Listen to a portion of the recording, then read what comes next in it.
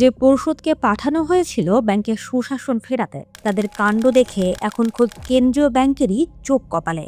শাখায় শাখায় নিজের ছবি টাঙানো, লোকসালী ব্যাংকের টাকা খরচ করে লন্ডনে কোটি টাকার ভ্রমণ, আর নিয়ম ভেঙে বাড়তি ভাতা গ্রহণ। আইএফআইসি ব্যাংকের নতুন চেয়ারম্যান ও পরিষদকে ঘিরে এখন এমনই নানা বিস্ফোরক তথ্য সামনে এসেছে। আইএফআইসি ব্যাংককে সুশাসন ও শৃঙ্খলায় ফেরাতে ২০২৪ সালের সেপ্টেম্বরে বিশেষ প্রক্রিয়ায় নতুন পরিচালনা পরিষদ গঠন করে দেয় বাংলাদেশ ব্যাংক। চেয়ারম্যান হিসেবে দায়িত্ব পান মেহমুদ হোসেন। কিন্তু সুশাসন ফেরানো তো দূরের কথা, সাম্প্রতিক এক বিশেষ পরিদর্শনে ওই নতুন পরিষদের কর্মকাণ্ড নিয়েই উল্টো প্রশ্ন তুলেছে নিয়ন্ত্রক সংস্থা।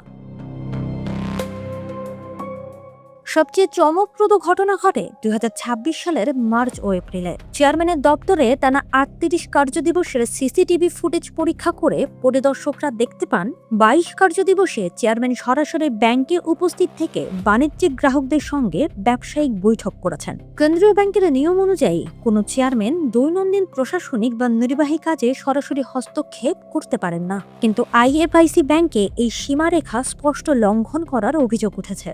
তদন্তে আরও দেখা গেছে ব্যাংকের সব শাখা ও উপশাখায় চেয়ারম্যানের ছবি এবং শুভেচ্ছা বার্তা প্রদর্শনের নির্দেশ দেওয়া হয়েছিল। এটি ব্যক্তিগত প্রচারণা কিনা তা নিয়ে পরিদর্শকরা প্রশ্ন তুললেও ব্যাংক কর্তৃপক্ষের দাবি গ্রাহকদের আস্থা ফেরাতেই এই পদক্ষেপ। শুধু তাই নয়, পরিষদের আর্থিক কর্মকাণ্ডেও নানা অনিয়ম পেয়েছে বাংলাদেশ ব্যাংক। নির্ধারিত সিটিং ফির বাইরে পরিচালনা পরিষদের সদস্যরা অতিরিক্ত ৬,৪০,০০০ টাকা সম্মানে নিয়েছেন। এমনকি ট্রেনিং ইনস্টিটিউটে বক্তৃতা দেওয়ার জন্য প্রত্যেকের পকেটে গেছে ১৭,২৫০ টাকা করে, যা নির্ধারিত সীমার স্পষ্ট লঙ্ঘন। ব্যাংকটি লন্ডন ভিত্তিক subsidiary IFIC money transfer limited নিয়ে উঠে এসেছে চাঞ্চল্যকর তথ্য।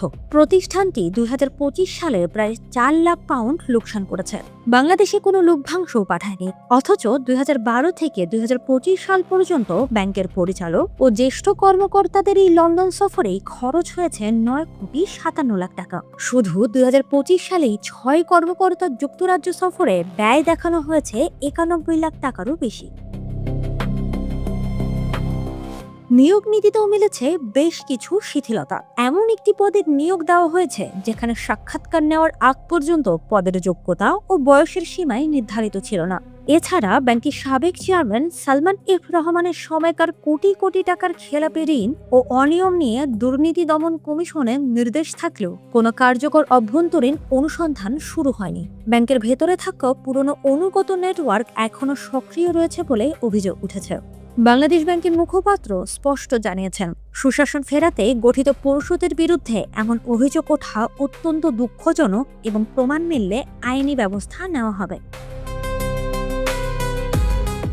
আইএফআইসি ব্যাংকের এই ঘটনা প্রমাণ করে কেবল নামকাওয়াস্তে পরিষদ পরিবর্তন করলেই ব্যাংকিং খাতে সুশাসন ফেরানো সম্ভব নয়। সর্বস্তরে কঠোর জবাবদিহিতা নিশ্চিত করা না গেলে আমানতকারীদের আমানতের নিরাপত্তা সবসময়ই থেকে যাবে বড় রকমের ঝুঁকিতে।